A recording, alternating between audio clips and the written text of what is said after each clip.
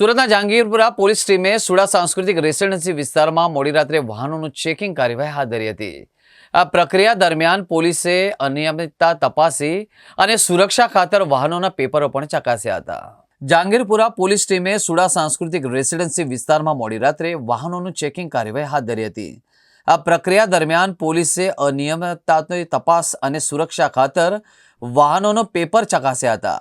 Jahangirpura police ટીમે ગતરાત્રે સુડા સાંસ્કૃતિક residency વિસ્તારમાં વાહન ચેકિંગની વિશેષ કાર્યવાહી હાથ ધરી હતી। એ દરમિયાન પોલીસે શંકાસ્પદ વાહનો, ડ્રાઇવિંગ લાયસન્સ, રજિસ્ટ્રેશન અને અન્ય કાયદાકીય ડોક્યુમેન્ટ્સની તપાસ કરી હતી। પોલીસ અધિકારીએ કહ્યું કે આ કાર્યવાહી ગુનેખોરી અને અનિયમિતતાને અટકાવવા માટે લેવાયેલી સુરક્ષાત્મક પગલાં હતું।